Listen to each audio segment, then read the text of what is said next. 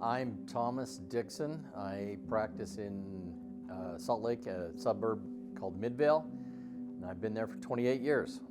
And that's the number one complaint that people come in with and say, I snore, can you help her?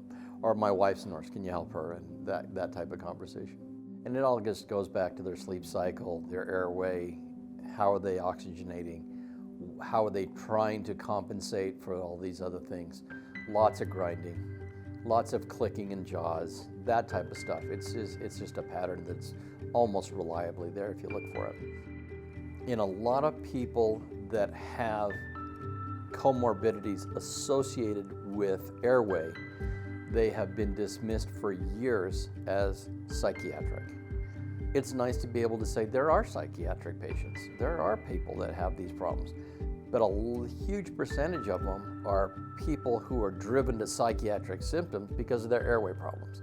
As the knowledge base is so in-depth in Vivos that you do not need a lot of additional training to effectively treat patients.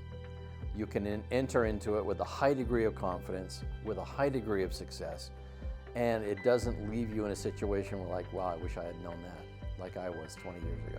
I think so many of the other treatment modalities are invasive, and they are very hit and miss in their effect.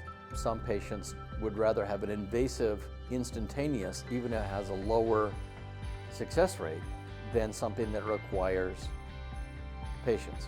It is a proven system to deal with a potentially deadly disorder non-invasively and effectively.